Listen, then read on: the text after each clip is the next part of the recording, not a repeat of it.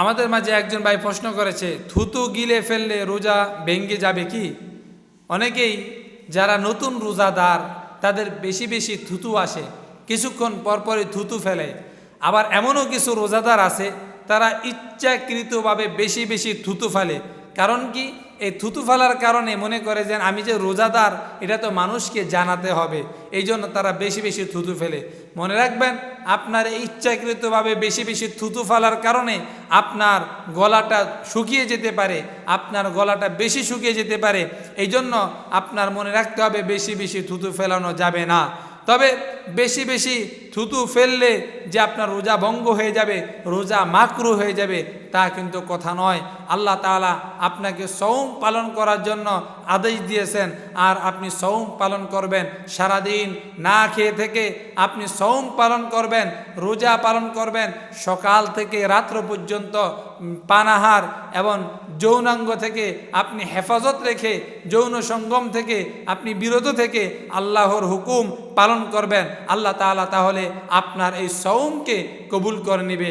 আর আমরা অনাকাঙ্ক্ষিত কারণে আমরা বেশি বেশি থুতু নিক্ষেপ করব না, কারণ এই থুতু অনেক সময় মনে করি এই থুতু গিলে ফেললে আমাদের রোজা ভঙ্গ হয়ে যায়। তো অথবা থুতু যদি বেশি আকারে খান তাহলে রোজা ভঙ্গ হওয়ার সম্ভাবনা রয়েছে, কারণ থুতুর সাথে পরিমাণ যদি বেশি হয়ে যায় আর সেটা পানি আকারে কণ্ঠনালী দিয়ে চলে যায় তাহলে আপনার রোজা ভঙ্গ হয়ে যাবে।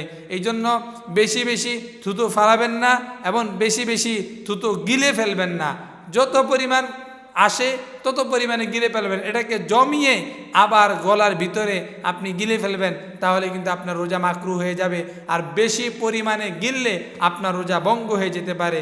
এই জন্য আপনার মনে রাখতে হবে থুতুটাকে মুখের মধ্যে না জমিয়ে আমরা যতটুকু আসে ওটা ফেলে দিলাম, আর যদি সামান্যতম হয় সেটা গিলে ফেললাম।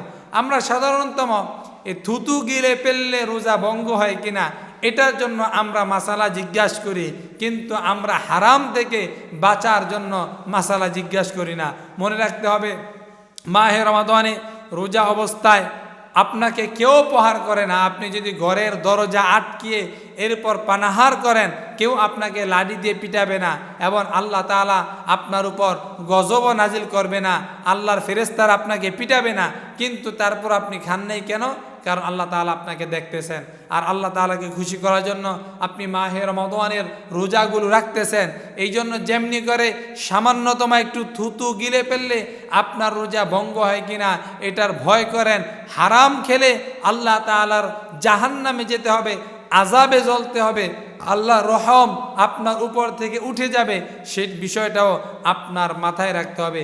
এই জন্য আমাদেরকে আমল করার পূর্বে আল্লাহ তাআলা দেওয়া বিধান হারাম বর্জন করতে হবে।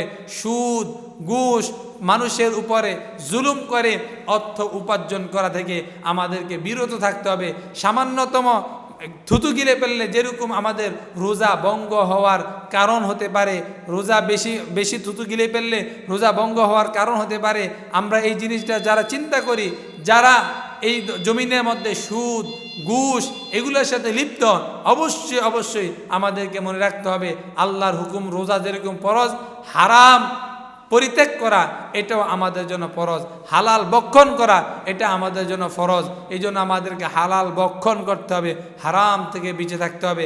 এবং সামান্যতম থুতু হলে এটা গিলে ফেললে রোজার কোনো ক্ষতি হবে না, কিন্তু যদি বেশি পরিমাণে মুখের মধ্যে থুতু জমিয়ে এরপর কেউ গিলে ফেলে তাহলে আপনার রোজা মাকরু হয়ে যাবে, আর বেশি পরিমাণে গিললে আপনার রোজা ভঙ্গ হয়ে যাবে। যতটুকু করা যায় এতটুকুই করবেন, এর জন্য বেশি পেরেশানি হওয়ার দরকার নাই। আল্লাহ তাআলা আমাদেরকে বুঝার তৌফিক দান করুক, আমিন।